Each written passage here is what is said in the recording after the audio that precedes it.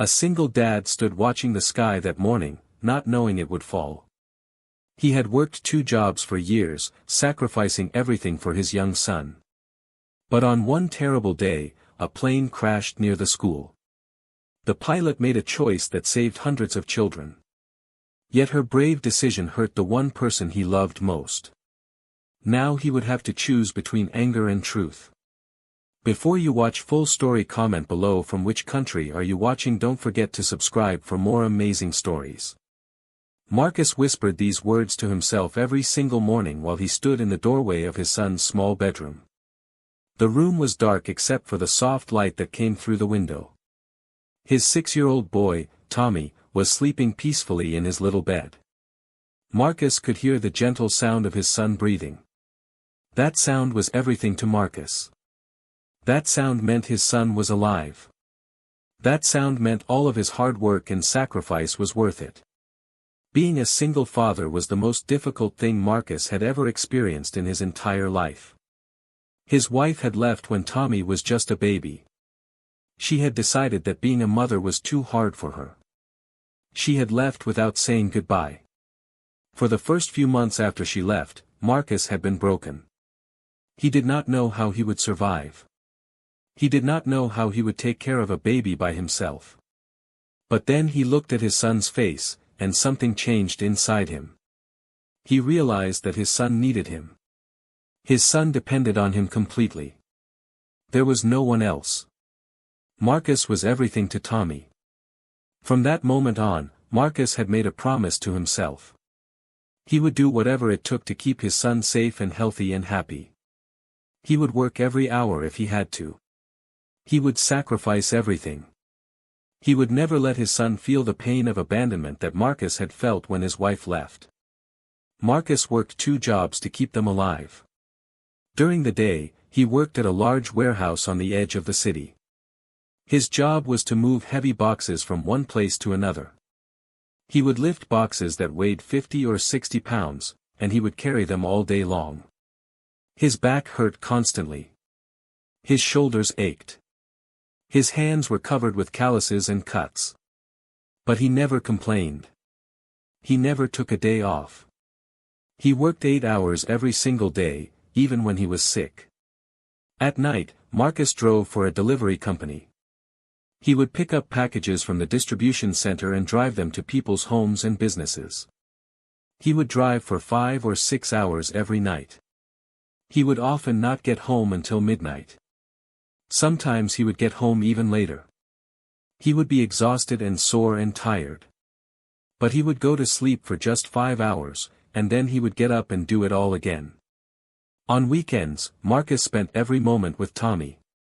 They did not have much money, so they could not go to expensive places. But they found free things to do.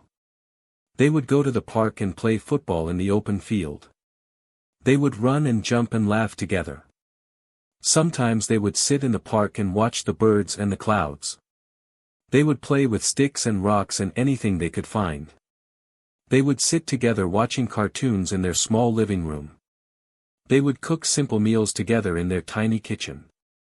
These moments were everything to Marcus. These moments made him happy even though his body was tired and his bank account was almost always empty. Life was hard. Life was very hard.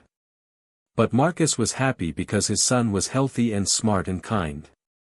That was all that mattered to him. That was all he needed. But then everything changed on that Tuesday morning in September. It started like any other day. Marcus woke up at 6 o'clock in the morning. He had worked the night shift delivering packages, so he was very tired. He had only slept for 5 hours. But he got out of bed and went to Tommy's room.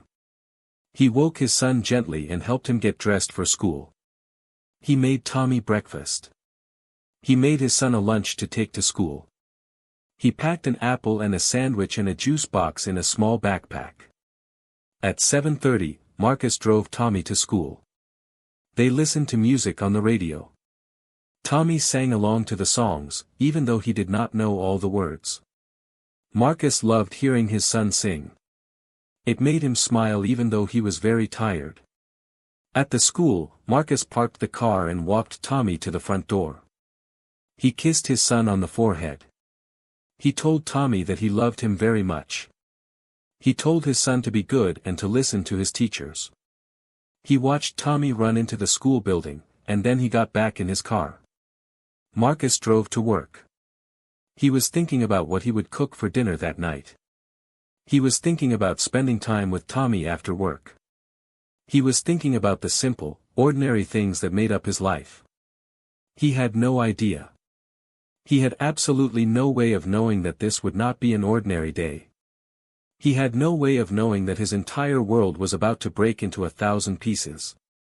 At 3 o'clock in the afternoon, while Marcus was working at the warehouse, his cell phone rang. The number was unknown. Marcus almost did not answer it. He usually did not answer calls from unknown numbers. But something told him to pick up the phone. Something deep inside of him, something that he could not explain, told him that this call was important. Something in his heart knew that this call would change everything. "Hello," Marcus said, and his voice sounded uncertain and afraid. "Is this Marcus Chen?" A woman's voice was on the other end of the phone. She sounded very serious. She sounded very sad. She sounded like she was about to say something very bad. Yes, this is Marcus Chen," Marcus said quickly. His heart started beating faster. "Who is this? Why are you calling me? Is something wrong? Did something happen to Tommy?" "Mr. Chen, my name is Captain Sarah Mitchell. I am a pilot with the Air Force. I need to speak with you about something very serious and very important. Can you come to the hospital? Your son was involved in an accident today at school. He is okay, but he needs medical attention. Please come to the hospital right away." Marcus felt the world stop spinning. Time stopped. Everything stopped. He could not hear anything after the woman said the word accident. The phone was still in his hand, but he could not hear what she was saying anymore. He was frozen. His mind was completely blank. His body was shaking. Then Marcus moved. He ran to his supervisor and told him that his son had been in an accident. He did not wait for permission to leave. He just left. He ran to his car and drove to the hospital as fast as he could. He broke every traffic law. He ran red lights. He drove too fast. His hands were shaking so badly that he could barely hold the steering wheel. His heart was beating so fast that he thought it would break through his chest. He was terrified. He was completely terrified. When Marcus reached the hospital, he parked his car and ran inside. A nurse at the front desk told him which room Tommy was in. Marcus ran to the elevator. He pushed the button for the 3rd floor.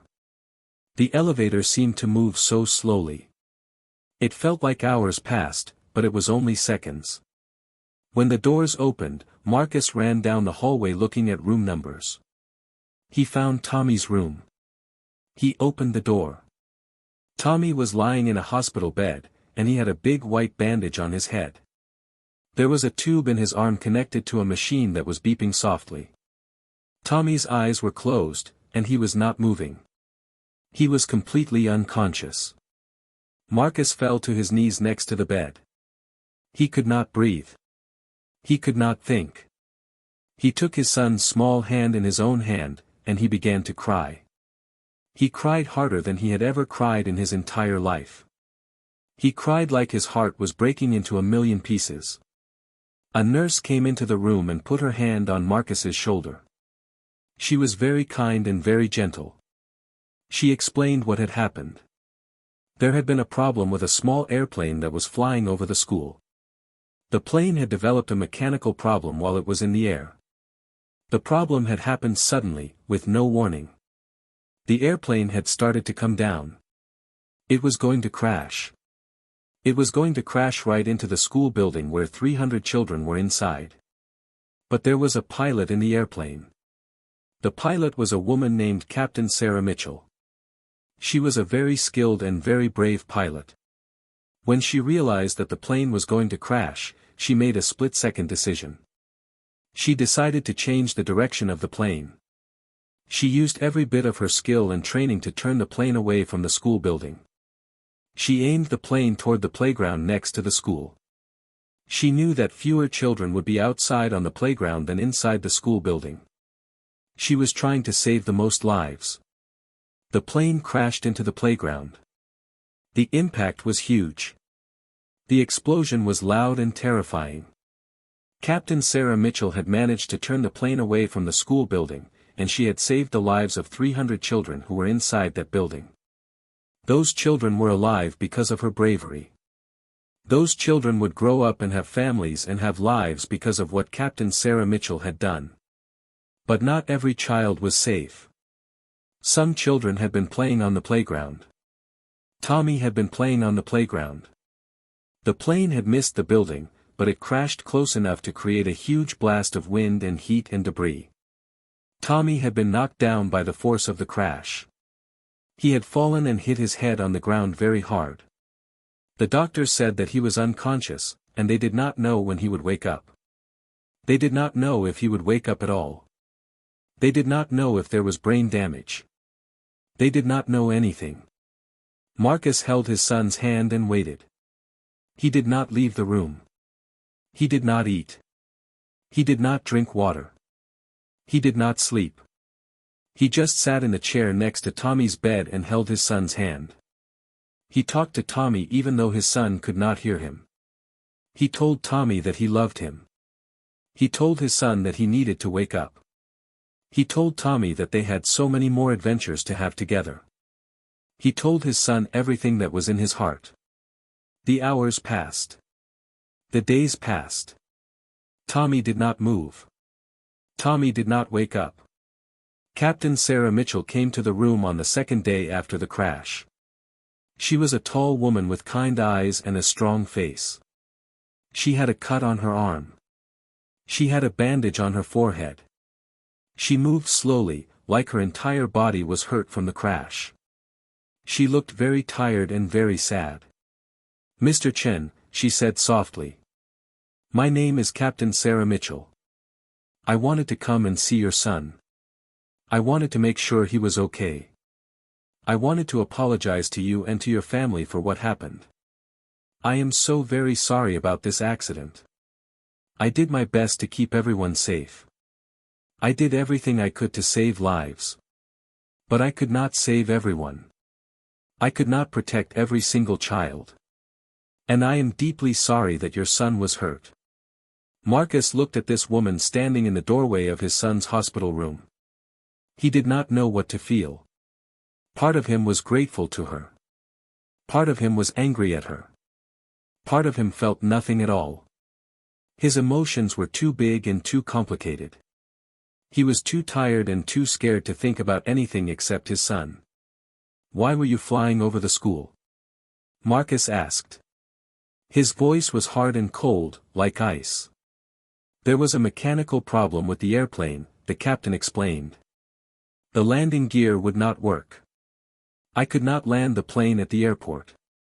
The engine was starting to fail. The plane was losing altitude. I had to choose where to crash. I could crash into the school building where 300 children were inside, or I could crash into the playground where fewer people were. I chose the playground. I made the choice that would save the most lives. That is all I could do." Marcus said nothing. He turned away from the captain and looked back at his son. He held Tommy's hand more tightly. He did not want to talk to this woman. He did not want to see her face. Every time he looked at her, it reminded him of the crash. It reminded him of his son lying in the hospital bed, unconscious and broken. Captain Sarah came to the hospital every single day for the next week. She would come in the morning or in the afternoon. She would bring flowers for Tommy's room. She would bring books for Marcus to read. She would bring snacks and coffee. She would sit in the waiting room outside Tommy's room and wait for news.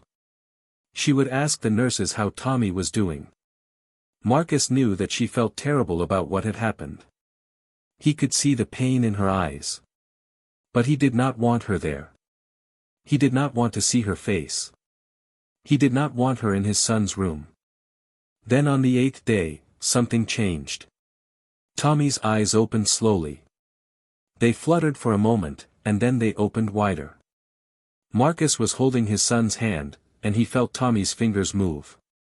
Marcus looked at his son's face, and he saw that Tommy was awake. His son's eyes were open, and he was looking at his father. It was a moment that Marcus had been waiting for, praying for, hoping for with every part of his soul. It was a moment that had felt like it might never come. But it had come. His son had come back to him. "Dad?" Tommy said. His voice was very small and very quiet. "Dad, where am I? What happened? My head hurts." Marcus began to cry tears of happiness.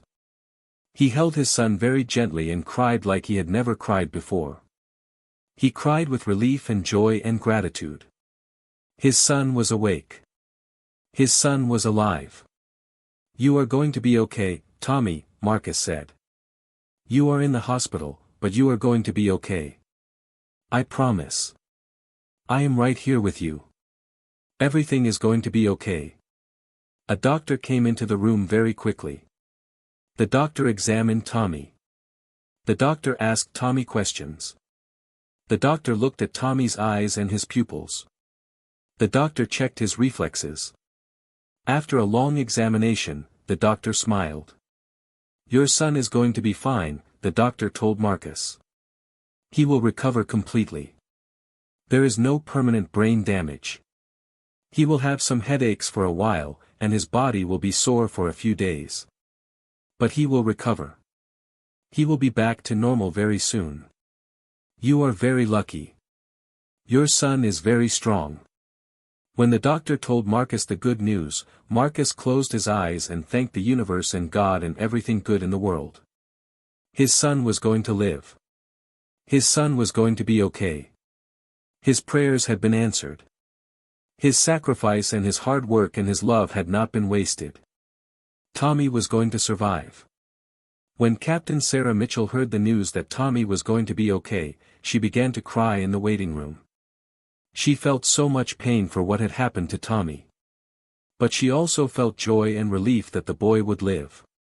She felt grateful that her decision to crash the plane away from the school building had saved so many lives, even if it had hurt this one child. Later that day, Captain Sarah came into Tommy's room to see him. But when she came through the door, Marcus's face became hard and cold again. The happiness that he had felt when Tommy woke up was replaced by anger. "Please leave," Marcus said coldly and firmly. "I do not want you here. I do not want you in my son's room. Please leave right now." Captain Sarah nodded.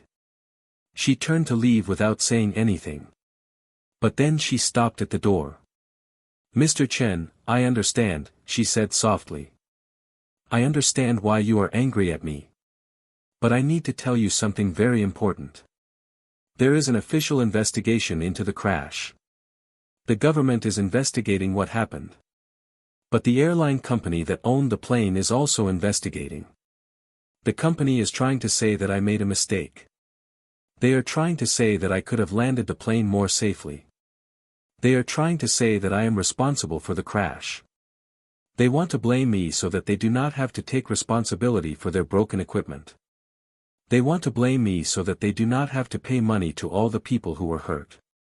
Marcus looked at her but did not say anything. "I need to prove that I made the right choice," Captain Sarah continued. "I need to prove that I saved lives.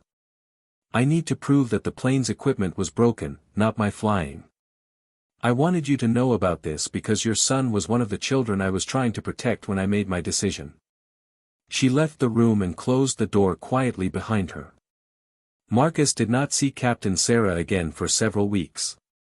He was busy taking care of Tommy and helping his son recover. Tommy had to learn to walk again after being in the hospital bed for so long. His head hurt sometimes, and he had nightmares about the plane crash. But slowly, day by day, Tommy got better. His strength came back. His appetite came back. His smile came back. 1 month after the crash, Marcus received an official letter in the mail. The letter was from a law firm. The letter explained that there was going to be a court case against the airline company. The letter said that many people had been hurt or frightened by the plane crash. The letter said that Marcus could join the case and ask the court for money to pay for Tommy's medical bills and his pain and suffering. But there was more information in the letter. There was information that made Marcus very angry. The letter explained that the airline company was fighting the official investigation. The company had hired very expensive lawyers. The lawyers were trying to prove that Captain Sarah Mitchell had made mistakes when she was flying the plane. The lawyers were trying to prove that the crash was Captain Sarah's fault, not the airline company's fault. If they could prove that Captain Sarah was responsible, then the airline company would not have to pay for the damages. The company would not have to take responsibility for their broken equipment. Marcus read this letter over and over again. He thought about Captain Sarah Mitchell and what she had done. He thought about how she had made a brave decision to save 300 children in the school building. He thought about how she had risked her own life to save those children. He thought about how the airline company was now trying to destroy her for doing the right thing. He thought about how that was unfair and wrong. He made a decision. He was going to help Captain Sarah Mitchell. Marcus called the law firm and asked for information about the trial. He asked who he could talk to about becoming a witness. He asked if he could speak in court about what had happened. A week later, Marcus met with one of the lawyers. The lawyer was a woman named Jennifer Park. She was very smart and very kind. She listened to everything Marcus told her about the accident and about Tommy's recovery. "I want to help Captain Mitchell," Marcus told her. "I want to tell the court what happened. I want to tell them that she is not responsible for this crash. I want to tell them that she saved my son's life by making a brave decision. I want to help her fight against the airline company." Jennifer smiled. "That would be very helpful," she said. "Your testimony will be very important to Captain Mitchell's case." After his meeting with Jennifer, Marcus decided to visit Captain Sarah.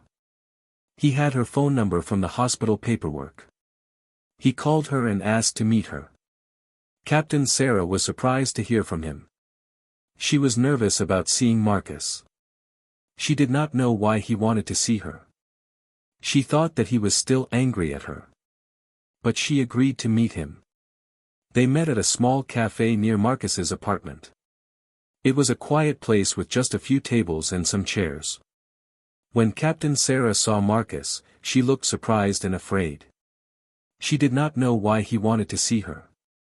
She was ready for him to be angry. "I want to help you," Marcus said simply. He sat down across from Captain Sarah at the small table. "What do you mean?" Captain Sarah asked. She looked confused. "I want to help you with the trial," Marcus said. "I want to tell the court what happened. I want to tell them that you are not responsible for the crash. I want to tell them that you saved my son's life. I want to tell them that you saved 300 children. I want to help you fight against the airline company. They are trying to destroy you, and that is not fair. That is not right." Captain Sarah began to cry. Tears ran down her face. "Mr. Chen, you do not have to do this," she said. "This is not your fight. Your son was hurt because of the crash. You have every right to be angry at me. You have every right to blame me. You do not have to help me. I would understand if you hated me." "I do not hate you," Marcus said. "You did the right thing. You made a brave choice. You saved lives. I will not let them blame you for doing the right thing. That would be wrong. That would be unfair." Captain Sarah reached across the table and took Marcus's hand. "Thank you," she said. "Thank you for understanding. Thank you for helping me. I do not know what I would do without people like you." "You are welcome," Marcus said. "We will fight this together." The trial began 3 months later. Marcus sat in the courtroom with Tommy next to him. His son was fully recovered now. Tommy was healthy and strong and happy. He was back in school and playing with his friends. He had no pain from the accident. But he was still afraid of loud noises sometimes. He still had bad dreams sometimes. They sat together in the hard wooden seats of the courtroom as witnesses spoke and evidence was presented to the judge and jury. The airline company's lawyers were very smart and very experienced. They tried very hard to prove that Captain Sarah had made mistakes. They brought in expert pilots to say that there were other ways the plane could have been landed. They said that Captain Sarah could have used the emergency landing gear. They said that Captain Sarah could have glided the plane to a safer location. They said that Captain Sarah was responsible for the crash and the damage. But the investigation was thorough and complete. The evidence was very clear. The plane's equipment had failed. The mechanical systems had broken down in a way that could not be prevented by the pilot. The investigation showed that Captain Sarah had done exactly the right thing. Her quick thinking had saved lives. Her bravery had prevented a much worse disaster. Expert witnesses spoke about how Captain Sarah had saved the lives of 300 children. They spoke about how the crash had saved more lives than it had hurt. They spoke about how Captain Sarah had made the best possible choice in an impossible situation. When Marcus took the stand to testify, he was nervous. He had never been in a courtroom before. He had never testified in a trial before. But he sat down and he told the truth. He told the court about his son Tommy. He told them about Tommy lying in the hospital bed, unconscious and broken. He told them about the fear and the pain and the uncertainty. He told them about the moment when Tommy opened his eyes and woke up. He told them about his son's recovery. "But I want you to understand something," Marcus said, looking at the jury. "Yes, my son was hurt. Yes, my son was in the hospital. Yes, I was afraid that my son might not wake up. That was the most terrifying experience of my life. But Captain Sarah Mitchell saved 300 children that day. She made a choice that saved 300 lives. 300 children. 300 families. 300 futures. My son was hurt, but 300 other children were saved. Captain Sarah made the right choice. Even though my son was hurt, I know that Captain Sarah did the right thing. She did what any brave and good person would do in that situation. She saved the most lives that she could save." The courtroom was very quiet as Marcus spoke. People were crying. The jury members were listening very carefully to every word. "Captain Sarah Mitchell is not responsible for this crash," Marcus continued. "The airline company is responsible. They did not maintain their equipment properly. They did not take safety seriously. They allowed their planes to fly with broken equipment. And now they are trying to blame the woman who saved hundreds of lives. That is not justice. That is not right. That is not fair." Marcus stepped down from the witness stand. Captain Sarah looked at him with tears in her eyes. She mouthed the words, "Thank you," to him. The jury listened to all the evidence. The jury heard all the testimony. The jury heard the truth. The jury understood what had really happened. After 3 days of deliberation, the jury made their decision. They found that the airline company was responsible for the crash. They found that Captain Sarah had done nothing wrong. They ordered the airline company to pay for all the medical bills and all the damages. They ordered the airline company to pay money to everyone who had been hurt or frightened by the crash. When the verdict was announced, the courtroom erupted in cheers. People stood up and clapped their hands. Some people cried. Some people hugged each other. Captain Sarah sat very still for a moment. Then she began to cry. Her eyes filled with tears. Her shoulders shook as she cried. She had been cleared. She was not going to be blamed. She was going to be okay. The truth had won. Marcus stood up and picked up Tommy in his arms. His son wrapped his arms around his father's neck. Together they watched as Captain Sarah was cleared of all responsibility. After the trial, Marcus and Captain Sarah became friends. They were real friends, not just people who knew each other. They would have dinner together sometimes. Tommy liked Captain Sarah very much. She would play games with him and tell him stories about flying airplanes and traveling the world. Tommy thought she was amazing and brave. He loved listening to her stories. Captain Sarah taught Tommy about airplanes and flight. She taught him about how planes fly and how pilots control them. Tommy became very interested in aviation. He talked about becoming a pilot like Captain Sarah. 6 months after the trial, Marcus received a check from the airline company. The check was very large.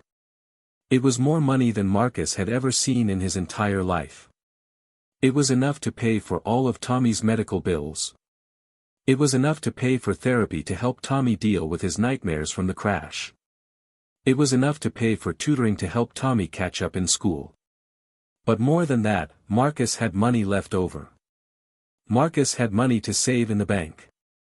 For the first time in his entire life, Marcus had security. He had a safety net. He had hope for the future. He did not have to work 2 jobs anymore. He could spend more time with his son. 1 year after the plane crash, Marcus and Tommy stood on the roof of a parking garage with Captain Sarah. It was a warm and beautiful day. The sky was clear and blue. The sun was bright and warm on their faces. Captain Sarah had arranged for them to watch a special flying show. Professional pilots were flying special airplanes overhead, making patterns in the sky with colored smoke. The planes flew in formation, making beautiful designs and pictures. Tommy was completely healthy now. He ran and played like any normal child. He had no pain. He had no permanent injuries. He had mostly forgotten about the crash. He only had bad dreams about it sometimes. He was just a happy boy watching planes fly across the sky, doing amazing tricks and maneuvers. Marcus looked at Captain Sarah and smiled. He was grateful to her. He was grateful that she had saved his son's life by making a brave choice. "Thank you," Marcus said. "Thank you for that day when the plane crashed. Thank you for the choice you made. Thank you for saving 300 children. Thank you for saving my son. Thank you for everything you have done for us." "You are welcome, Marcus," Captain Sarah said. "But I should be thanking you. You did not have to help me with the trial. You could have been angry at me forever. You could have blamed me for what happened to Tommy. But instead, you chose to see the truth. You chose to understand what really happened. You chose to help me even though the crash had brought pain into your life. That was brave. That was very brave. I will never forget what you did for me." "I just did what was right," Marcus said. "I saw someone who needed help, and I helped them. That is all any of us can do. We do what is right. We help people who need help. We tell the truth even when it is difficult. That is what it means to be a good person." They stood together on the roof, watching the planes make beautiful patterns in the blue sky. 3 people who had been brought together by an accident and kept together by choice. 3 people who had learned that telling the truth and helping others was more important than anger and blame. Tommy looked up at his father. "Dad, do you think I will be able to fly a plane someday like Captain Sarah? Do you think I can be a pilot?" Marcus looked at his son and smiled. He thought about everything that had happened. He thought about the crash and the hospital and the long recovery. He thought about the trial and the fear and the anger. He thought about how life had broken him and then put him back together in a different shape. He thought about how this broken shape was stronger and better than the old shape. He thought about how his son was healthy and strong and full of dreams for the future. He thought about how he had learned to help others and tell the truth and be brave. "I think you can do anything you want to do," Marcus said. "You are brave like Captain Sarah. You are smart. You are strong. You can be anything you want to be. You can be a pilot if you want. You can be a doctor or a teacher or an engineer. You can be anything. The world is open to you. Tommy smiled and looked back at the sky. The planes continued to fly overhead, drawing their patterns of smoke across the blue sky. The three of them stood together, quiet and at peace. The crash that had almost destroyed them had instead brought them together. The pain that had almost broken them had instead made them stronger. The anger that had threatened to consume them had instead been transformed into understanding and friendship and hope. Marcus had said once, "I would take 1,000 bullets if it meant my son could live another day." On that day, standing on the roof of the parking garage, watching the planes fly across the sky with his healthy son next to him and his new friend beside him, Marcus knew that he had done more than take bullets. He had taken pain and transformed it into strength. He had taken an accident and transformed it into friendship. He had taken his broken life and made it whole again. He had learned that telling the truth was more important than anger. He had learned that helping others was more important than blame. The sky was blue and beautiful. The sun was warm and bright. The planes flew overhead, making beautiful patterns in the sky. Everything was quiet and peaceful and beautiful. This was happiness. This was what life was supposed to be. This was enough. This was more than enough. This was everything.